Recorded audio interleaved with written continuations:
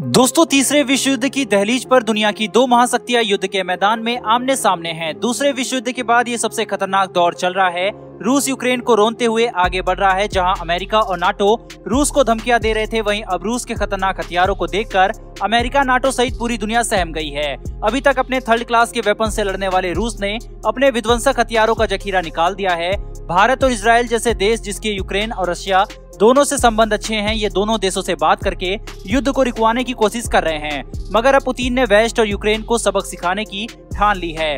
आज पैराशूट के जरिए रूसी सैनिक कीव पर उतरते हुए नजर आए थे। वहीं वो कौन से 5 खतरनाक हथियारों की प्रदर्शनी रूस कर रहा है, जिससे पूरी सृष्टि का सर्वनाश किया जा सकता है, तो चलिए जानते हैं इन हथियारों के बारे में। वहीं भारत ने किस चीज को लेकर रूस से नाराजगी जताई है, इस पर भी हम बात करेंगे। रूस के पास T-14 अर्माटा टैंक भी है, जिसने रोबोटिक वॉरफेयर आयाम को ही बदल कर रख दिया था। रूस के हथियारों की ताकत का अंदाजा आप इस बात से लगा सकते हैं कि जब रूस ने अपने हथियारों की कुछ जखीरा ही बाहर निकाला था, तो नाटो के 30 देश समेत पूरा सुपर पावर अमेरिका भी पीछे हट गया था। तो आज की इस वीडियो में हम इसी 5 महाविनाशक हथियार के बारे में आपको बताते हैं, जिसकी झलक से अमेरिका कांप गया है। युद्ध के दौरान सैनिकों को खतरे से दूर रखने के लिए रूस ने बड़े पैमाने पर मशीनरी का इस्तेमाल किया है। इसी में शामिल है रूस का यूरेन 9 स्ट्राइक रोबोट टैंक। यूरेन 9 कैमरों और आर्टिफिशियल इंटेलिजेंस की मदद से टारगेट को ट्रैक कर सकता है। बड़ी बात यह है कि इस टैंक को 3 किलोमीटर दूर से ही ऑपरेट किया जा सकता है। ये टैंक पूरी तरह से रिमोट कंट्रोल होती है। इसमें एक 30 mm की ऑटोमेटिक बंदूक, अटाका एंटी टैंक मिसाइल और समेन मैथ्रो जैसे हथियार तैनात रहते हैं। इस हथियार को सीरिया के युद्ध में पहले ही टेस्ट किया जा चुका है। इस समय रूसी सेना में यूरेन 9 टैंक की पूरी एक रेजिमेंट सक्रिय है। दूसरा है टर्मिनेटर टैंक। रूस ने यूक्रेन के साथ इस युद्ध में टर्मिनेटर टैंक का भी खूब इस्तेमाल किया है। BMPT टर्मिनेटर एक टैंक फाइटिंग व्हीकल है। ये टैंक गोले बरसाने के साथ दुश्मनों के हेलीकॉप्टर और कम स्पीड से उड़ने वाले विमानों को भी मार गिराने में सक्षम है। इस टैंक को रूस की कंपनी यूरेल ने बनाया है। टर्मिनेटर के नाम से मशहूर ये टैंक शहरी क्षेत्र में लड़ाई के दौरान अपने दूसरे साथी टैंक और आर्म फाइटिंग व्हीकल को नजदीकी सहायता प्रदान करता है, जिससे दुश्मनों के हेलीकॉप्टर, ड्रोन या कम ऊंचाई पर उड़ने वाले हवाई जहाज निशाना नहीं बना पाए। BMPT 72 टैंक को पहली बार 2013 में रूसी आर्म शो में प्रदर्शित किया गया था। टर्मिनेटर टैंक एक कॉम्बैट प्रूवन वेपन है, यानी युद्ध क्षेत्र में भी इस टैंक की महारत को साबित किया जा चुका है।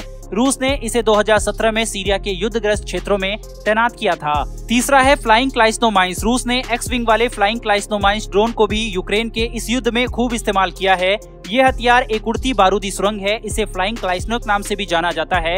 रूस का यह हथियार यूक्रेन के टर्की में निर्मित बैरक्टर ड्रोन से भी दोगुनी तेजी से उड़ते हैं। ये दुश्मन के आर्म्ड व्हीकल को उड़ाने में सक्षम है। मिसाइल की तरह हमला करने वाले इन ड्रोन के आगे एक सेंसर और एक कैमरा होता है। इससे ये अपने लक्ष्य की पहचान करके उसका पीछा करते हैं। लक्ष्य के नजदीक आने के बाद ये खुद को उसके साथ टकराकर बड़ी तबाही मचा सकते हैं।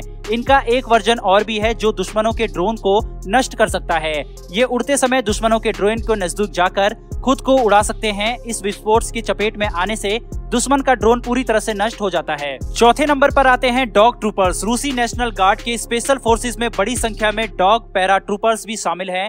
कुत्ते किसी पैरा कमांडो के साथ पैराशूट की मदद से जमीन पर उतर सकते हैं। जंग के मैदान में सुरक्षा के लिए इन्हें भी बॉडी आर्मर और काले चश्मों से लैस किया गया है। इन कुत्तों को रूस के MI हेलीकॉप्टर की मदद से 13,000 फीट की ऊंचाई से युद्ध के मैदान में जंप करवाया गया है। यह ट्रेन कुत्ते फ्रंटलाइन सैनिकों को दुश्मनों के इलाके की रेकी करने में मदद करते हैं। हमला करने और मदद पहुंचाने में रूसी सैनिकों की सहायता भी करते हैं।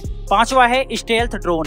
रूस के पास कई स्टेल्थ ड्रोन मौजूद हैं। ये दुश्मनों की रडार की पकड़ में आसानी से बचकर निकल जाते हैं। कुछ दिन पहले ही रूस ने यूक्रेन की सीमा पर अपने ओरियन ड्रोन का भी टेस्ट किया था। ओरियन UAV ने टेस्ट के दौरान क्रीमिया में एक ड्रोन को सफलतापूर्वक मार गिराया था, जिसके बाद विशेषज्ञ ने ओरियन ड्रोन को किलर मशीन करार दिया था। अपने टेस्ट के दौरान ओरियन UAV ने दुश्मन ड्रोन को मार गिराने के लिए एक गाइडेड मिसाइल का इस्तेमाल किया था।